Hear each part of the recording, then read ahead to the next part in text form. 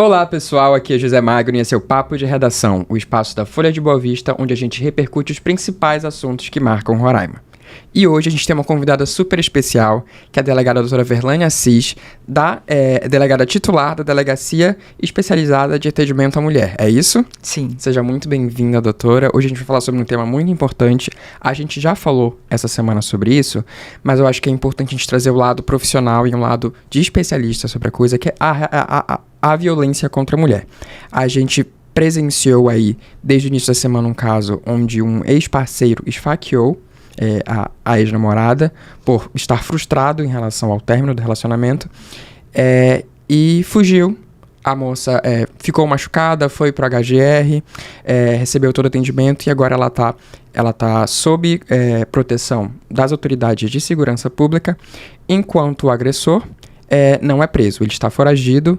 As procuras continuam em relação a esse caso, mas esse caso, entre muitos casos, ele nos dá à luz a diversas situações em relação à violência contra a mulher que a gente tem presenciado no nosso estado. E para a gente começar a falar disso, vou passar aqui a fala para a doutora Verlânia, que vai agora falar um pouquinho para a gente sobre por onde começar.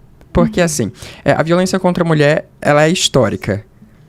E não só em Roraima, é óbvio que, como a gente estava falando aqui nos bastidores, ainda agora eu falei com ela, existem alguns agravantes aqui em Roraima por conta da região, mas de onde vem, por quais caminhos a gente pode começar a percorrer para combater, o que pode ser feito?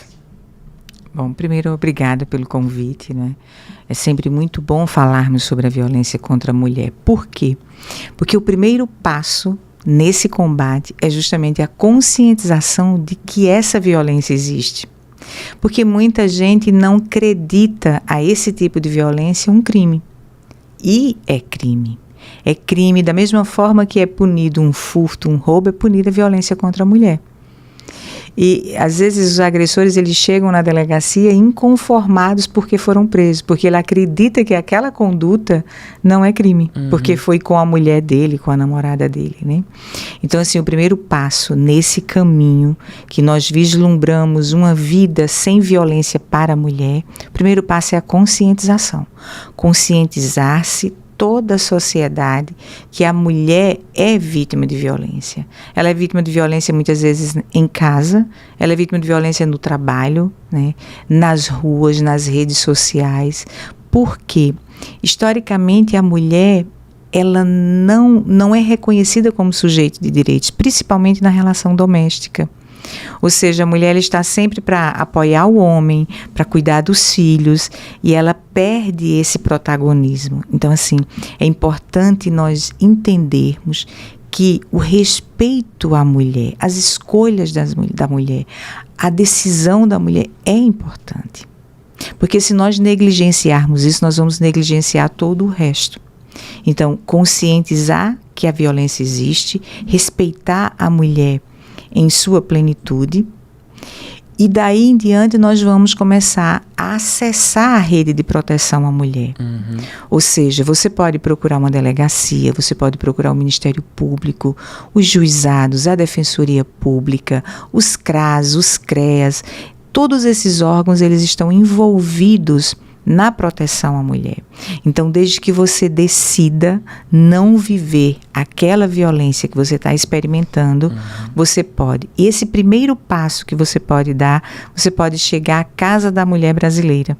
A Casa da Mulher Brasileira é um órgão que foi criado nacionalmente para atender a mulher em vários setores. Então, primeiro nós temos o atendimento psicossocial, depois nós temos, se for o caso, a delegacia, a Defensoria Pública, Ministério Público, Polícia Militar, Tribunal de Justiça e a CETRABS através de programas sociais de empoderamento da mulher. Então, consciente a sociedade de que a violência doméstica contra a mulher é uma violência que adoece não só a mulher, adoece toda a família. E a família, que é o núcleo de uma sociedade, então, por conseguinte, toda a sociedade fica doente. Toda a sociedade sofre. Então, sim, nós temos que nos conscientizar e nos irmanar com essas mulheres. Por quê? Porque a mulher ela precisa estar fortalecida para denunciar. Por que muitas vezes a mulher desiste no meio do caminho? Porque ela não tem esse apoio. Apoio da família, apoio no ambiente de trabalho, apoio dos amigos.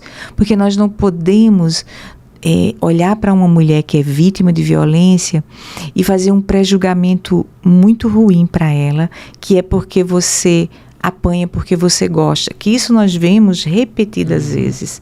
Então, assim, nós temos que ter empatia, nós temos que ver naquela mulher que ninguém gosta de apanhar, por que ela seria diferente? Né? Então, o que nós temos que ver? Nós temos que ver que muitas vezes ela está suportando aquela violência por motivos que nós não conhecemos. Então, nós temos que nos colocar no lugar daquela mulher sem julgamentos e apoiar ela na decisão que ela tomar, não é isso? Então, assim, a família e todo esse ambiente social é fundamental para que essa mulher realmente persista nesse caminho para sair da violência que ela está vivendo.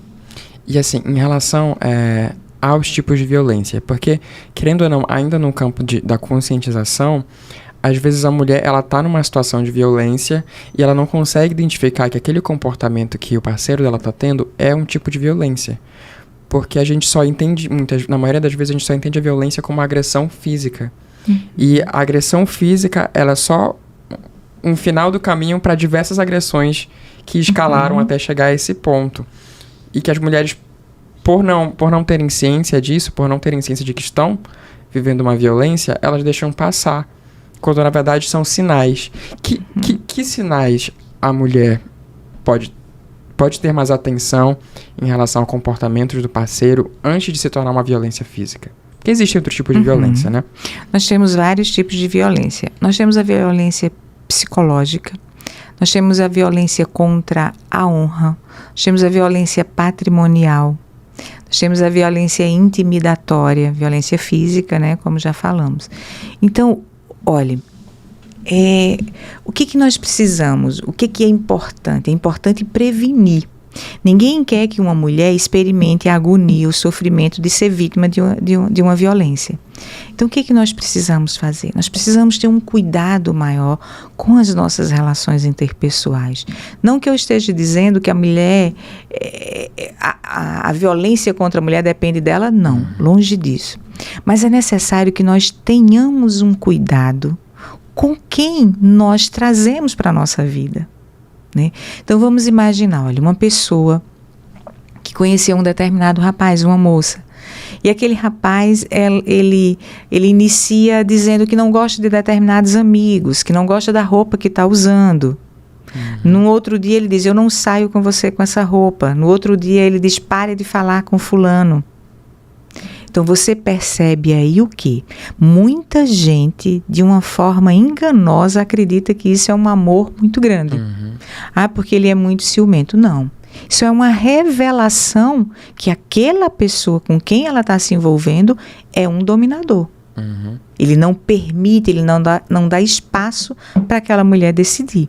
Então, provavelmente, no momento que ela contrariar aquela pessoa, ele vai se voltar de uma forma violenta. Né?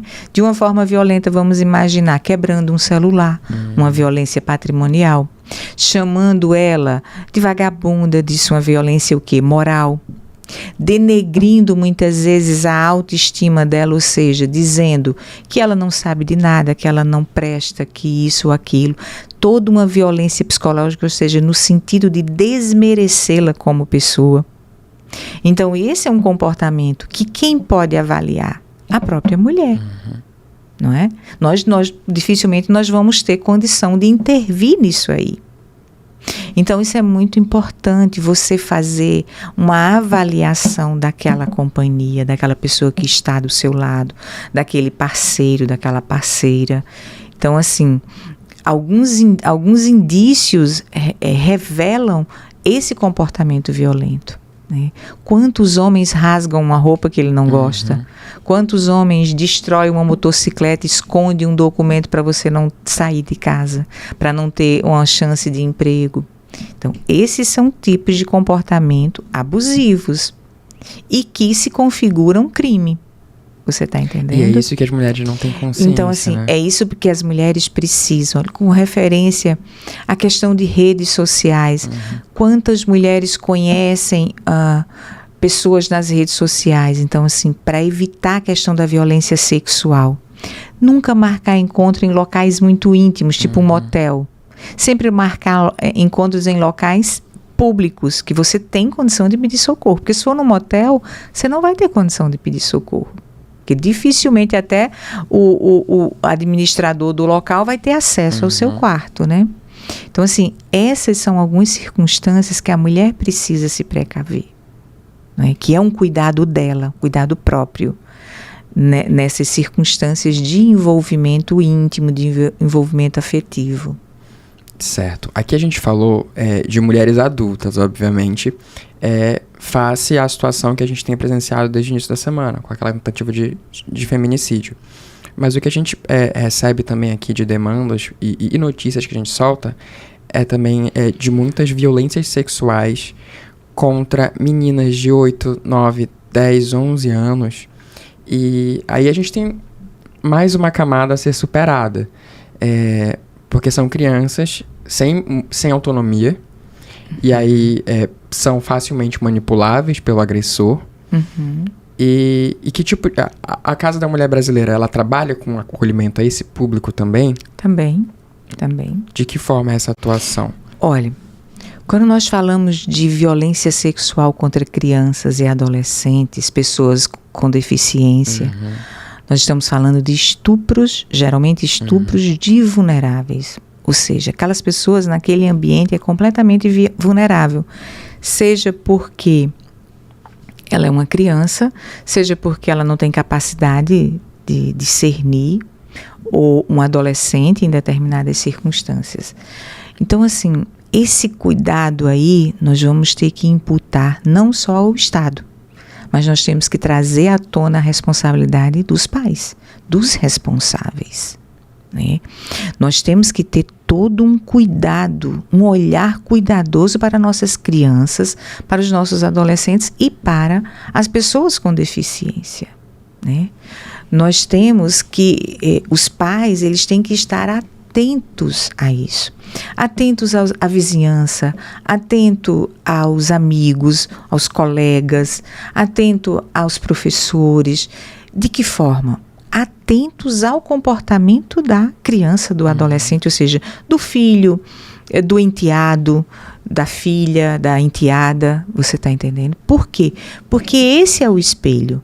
Você só vai conseguir muitas vezes identificar uma violência contra a criança se você conhecer essa criança.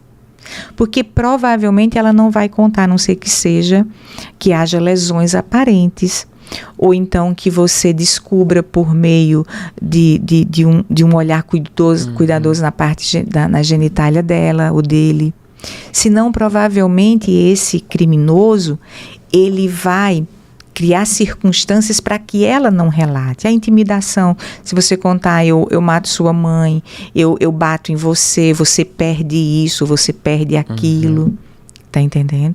Então, assim, nós precisamos. Isso por parte da família, por parte da escola também esse cuidado, né?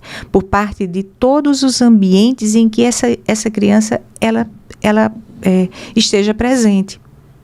Porque nós não podemos mais esperar uma ação tardia da segurança pública. Por quê? Porque a segurança pública vai ser acionada quando o fato ocorreu. Nós precisamos agir como pessoa, como sociedade, como Estado, em prevenir que essa criança experimente essa situação, essa violência. Então, como que nós vamos experimentar isso? Com o olhar cuidadoso, com a atenção plena àquelas crianças e àqueles adolescentes. Senão nós não vamos conseguir. Então, assim, o combate à violência sexual contra crianças, adolescentes, pessoas com deficiências e até idosos, porque nós sabemos que muitos idosos são vítimas de violência sexual, é parte da responsabilidade dos cuidadores, dos responsáveis, dos pais e de todas aquelas pessoas que de uma certa forma participam da vida dessa criança, desse adolescente, pessoa com deficiência e idoso. E aí a gente entra numa questão também, a gente estava conversando nos bastidores, em relação a essa construção histórica em relação à família. Por quê? Aí eu vou voltar em mais um caso que a gente noticiou, faz umas 2, 3 semanas, eram duas meninas e o padrasto delas. A polícia foi acionada porque o padrasto delas estaria agredindo elas, não só verbalmente, mas fisicamente. E aí, quando a polícia chegou ao local, o padrasto não só confessou, mas se justificou, dizendo que agrediu as meninas, uma de 13 e uma de 14 anos, para impor respeito. E aí você estava falando mais cedo que alguns dos agressores chegam à delegacia inconformados porque eles não aceitam que estavam errados na situação. E a mãe, ela fica lá como um mero, sei lá, um personagem secundário da trama, mas que na verdade deveria estar desenvolvendo um papel de protagonismo. Em não só evitar, mas identificar os sinais de agressão, talvez essa mãe. E aí a gente não se prolongou muito na ocorrência, porque a ocorrência naquele momento era em relação às filhas. Mas essa mãe, se ela era conivente com as agressões que o padrasto confessou que não era a primeira vez, o que será que já não aconteceu, né? E aí tem muito essa questão também da parte do homem ainda não entender que tá errado, ele não pode fazer isso. E eu acho que isso vem muito também de uma questão histórica. Se a gente volta, por exemplo, em livros ou até em filmes antigos que retratam a história do Brasil, não só a história do Brasil, a história geral como um todo, antigamente era muito normal que crimes como a agressão física e até mesmo o homicídio fossem normalizados porque era a defesa da honra do homem. Honra, sim.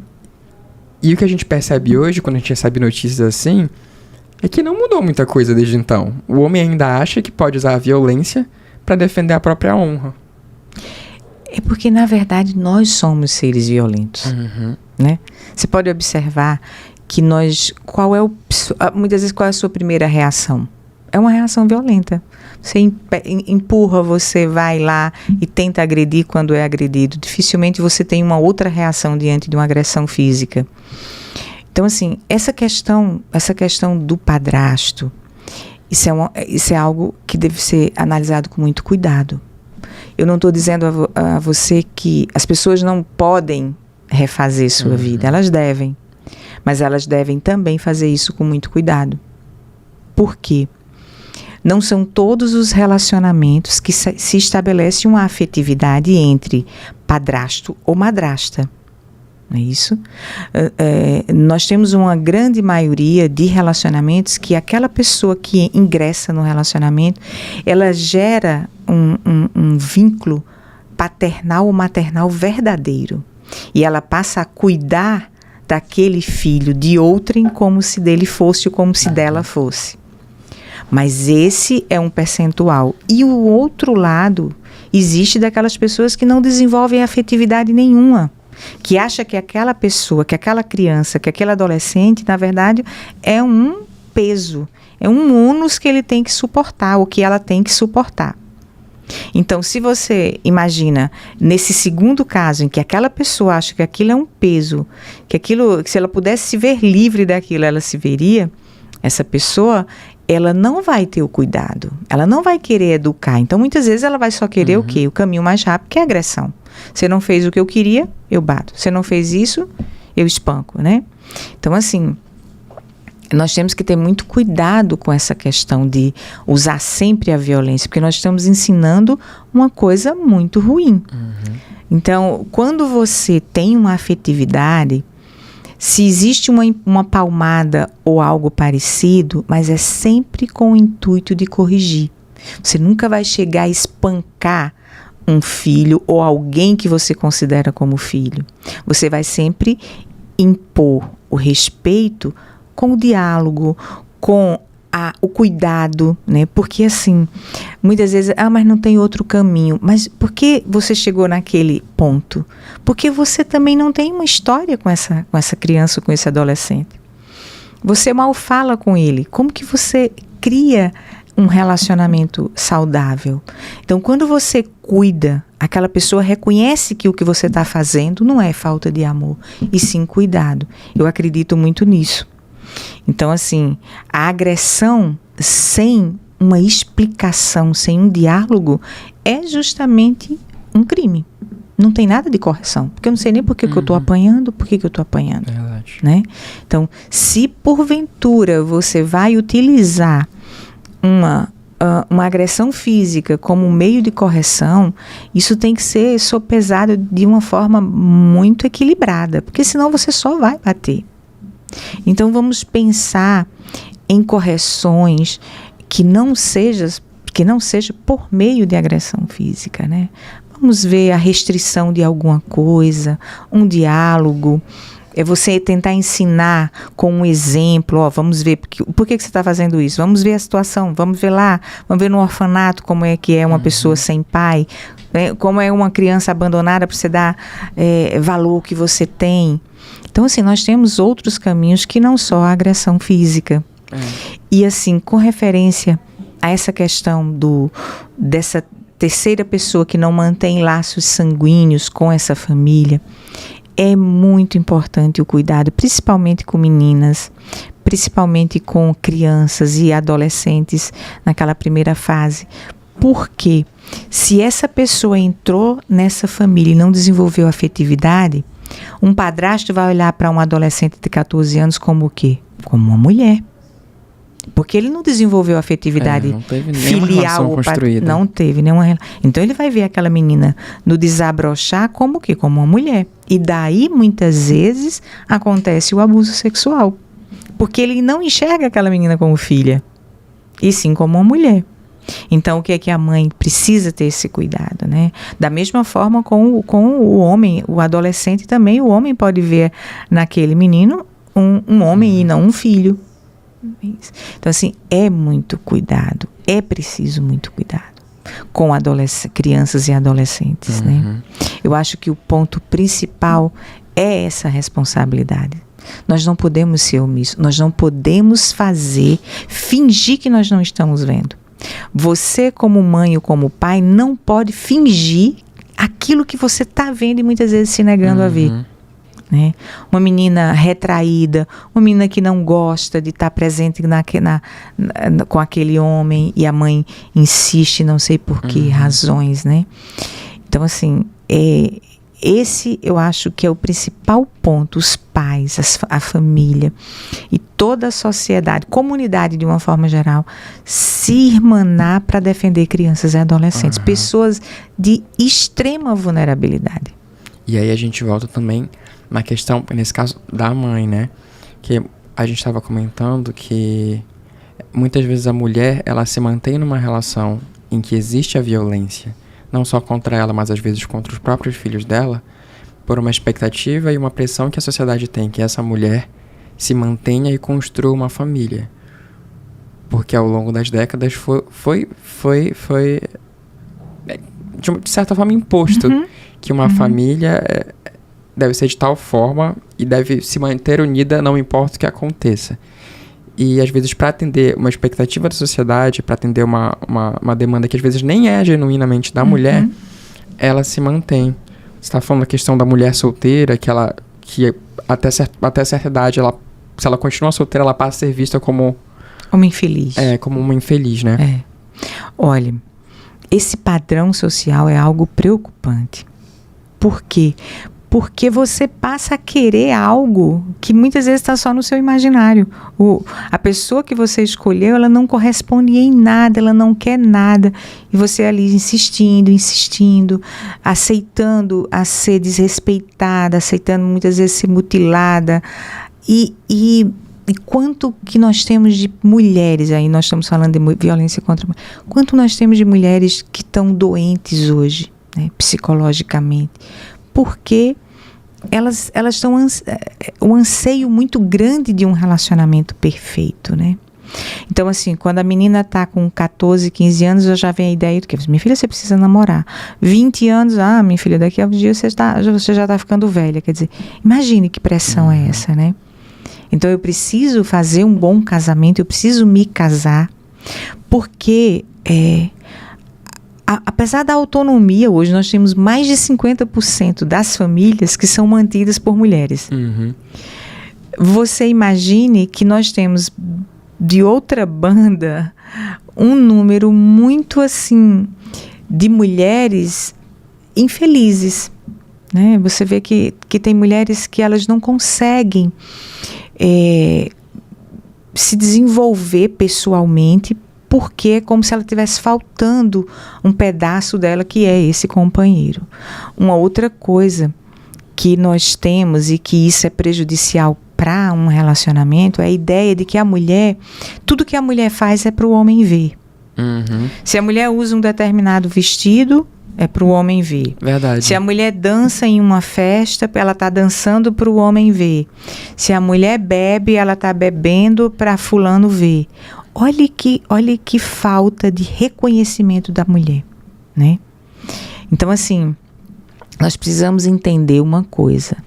A mulher, se ela estiver andando sem roupa, é uma opção dela. Não é porque ela está querendo ser estuprada. Uhum. Ela está andando por uma opção dela. E a gente vê isso, uma tendência horrível e cruel de colocar a culpa na vítima. Na vítima, exatamente. Então, assim, o homem que eu digo, não, a pessoa é ser racional.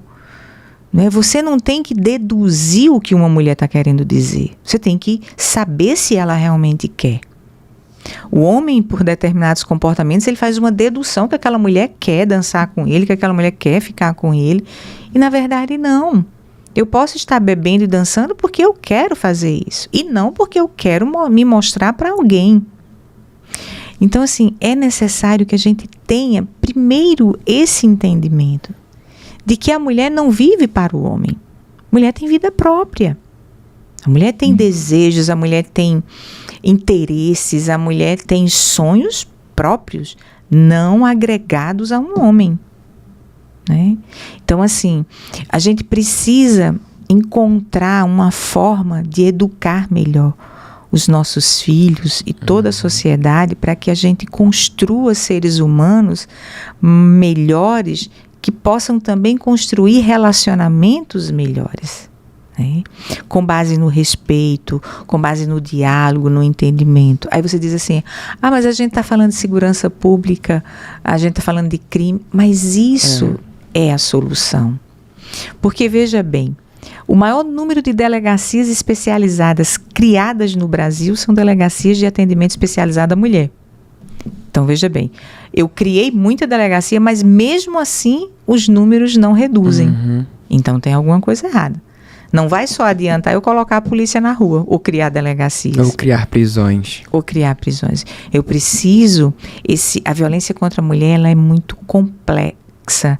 Não é só um item. Por quê? Porque a grande maioria das mulheres, elas não querem ver o infrator preso. Por quê? Porque é o pai dos filhos, é aquela pessoa com quem ela conviveu muito tempo. Ela quer o quê? Ela quer uma mudança comportamental dele. Uhum. E por muito tempo elas nutrem essa expectativa da mudança. Exatamente. É diferente de tratarmos, vamos supor, com um crime de roubo. Uhum.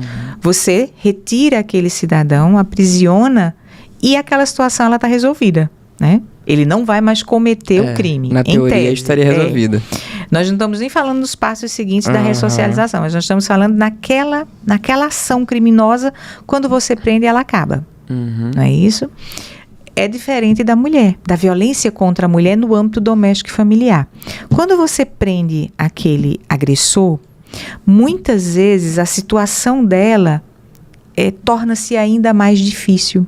Por isso que ela vai à delegacia, ela pede para retirar. Uhum. Por isso que ela vai contratar um advogado para tirar ele da prisão. Por quê? Muitas vezes é a questão financeira, muitas vezes é a questão filial, muitas vezes é uma questão familiar, de toda a família pedindo e tal. Então, assim, você vê que não é um problema simples. É um problema que exige uma diversidade de ações. Mas como que nós podemos iniciar e prevenir determinadas ações? Por meio da educação. Então, nós temos que educar filhos com respeito às suas irmãs, à sua mãe, com uma ação compartilhada, ações domésticas compartilhadas, ou seja, o homem também pode lavar uma louça, o homem também pode tirar o lixo da casa, arrumar a casa. Nisso aí ele vai começando o quê? A respeitar as ações das mulheres, não é? Desobrigar de certa forma algumas mulheres. Porque senão o ônus para a mulher ele é muito pesado. E tem sido pesado, historicamente. Ao longo do tempo. Que a mulher, ao mesmo tempo que ela tem que ser a parceira, ela tem que ser a mulher que trabalha, ela tem que ser a mulher que cuida. É uma jornada dupla que realmente eu não sei como cabe. E as mulheres fazem caber no dia. Exatamente. Então, assim, é importante que a gente tenha essas mudanças comportamentais de aceitação, né?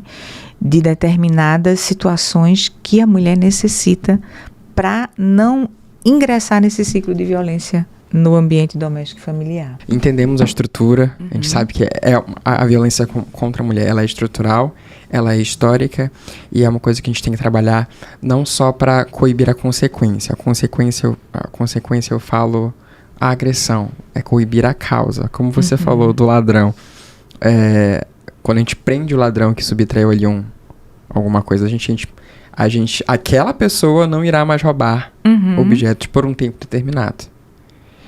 Mas aquela ação de prender, ela não acaba com o crime, ela não acaba com a existência do roubo. E aí, depois de prender, existe um outro caminho a percorrer. E eu acho que é essa compreensão que a sociedade ainda tem de que a justiça e o sistema prisional, de uma forma geral, ela funciona, na verdade, não como um meio de ressocializar aquela pessoa para que ela não cometa o crime de novo, mas ela funciona como uma ferramenta de vingança.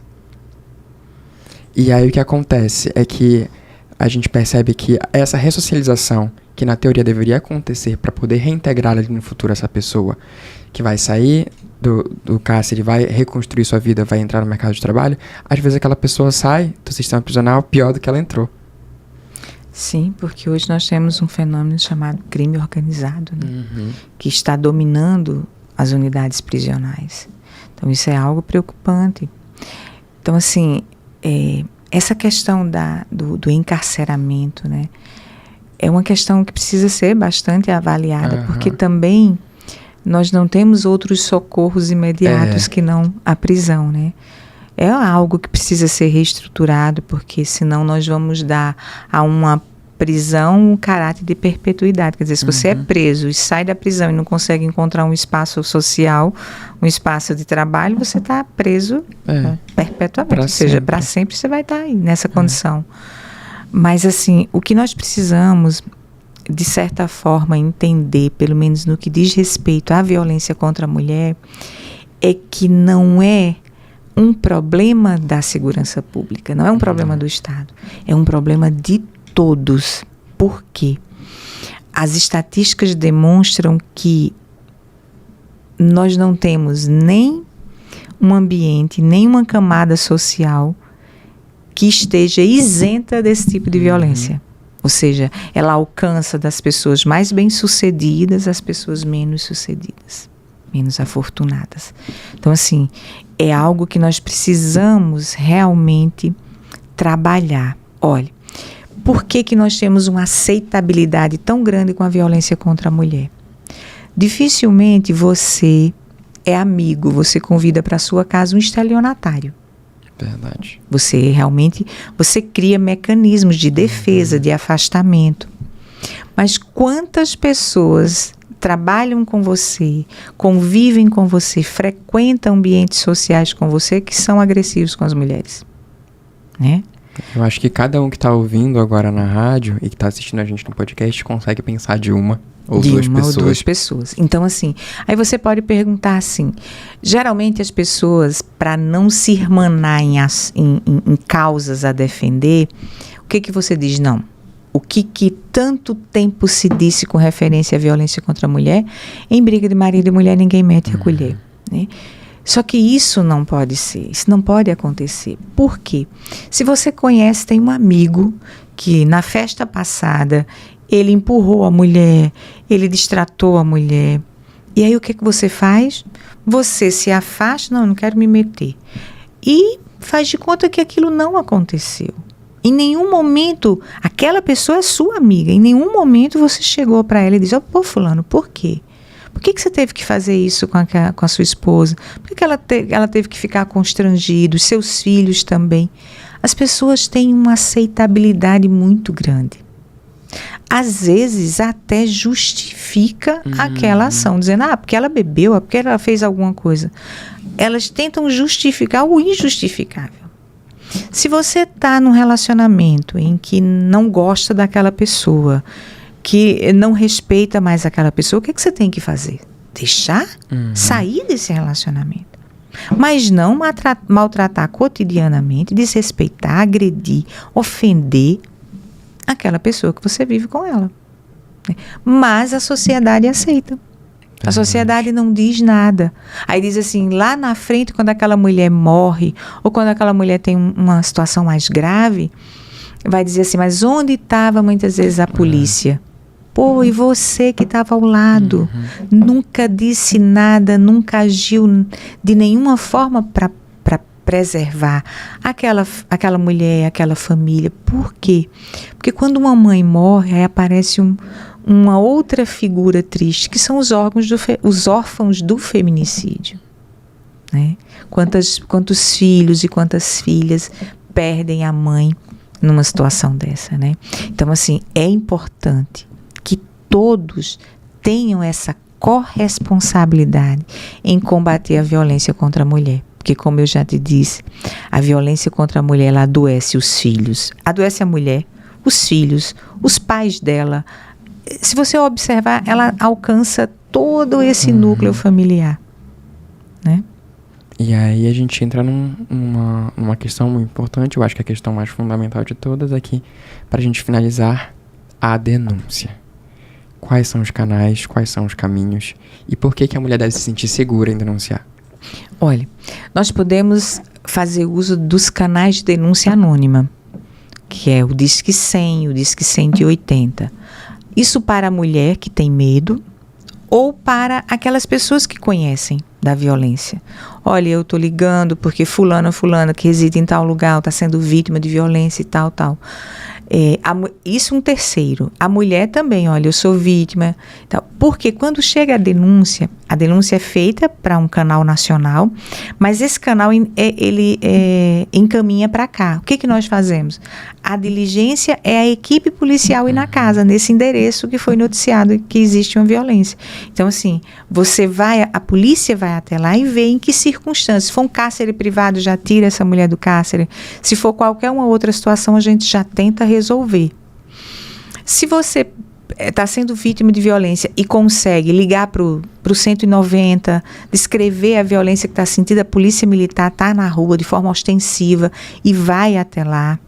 Se você pode ir até um órgão, você pode ir na delegacia mais próxima, você pode ir no centro de referência que você está sendo atendido e noticiar, você pode ir diretamente na maternidade e denunciar, porque todos esses órgãos eles encaminham para a delegacia. E você pode ir à Casa da Mulher Brasileira. Lá você vai ter uma equipe de psicólogos e assistentes sociais para lhe ouvir. Você pode registrar um boletim de ocorrência e ter algo muito importante que é um socorro imediato, que são as chamadas medidas protetivas de urgência. Se o agressor está na sua casa e você tem medo que ele permaneça porque ele pode atentar contra a sua vida, nós podemos conseguir o afastamento dele do lar. Se porventura você tem medo que ele chegue no seu trabalho, crie transtorno, nós conseguimos a proibição de aproximação desse infrator, dessa mulher no trabalho, na igreja, na casa de familiares. Se porventura ele utiliza as redes sociais, nós podemos conseguir a proibição de manter qualquer tipo de contato via aplicativos, redes sociais. Podemos ter uma diversidade de medidas que nós alcançamos com esse Instituto da Medida Protetiva. Um outro fato interessante é que o judiciário daqui responde em menos de 5 horas aos casos da capital. Então, você chega na delegacia, solicita a medida, o judiciário defere essa medida e o infrator é comunicado.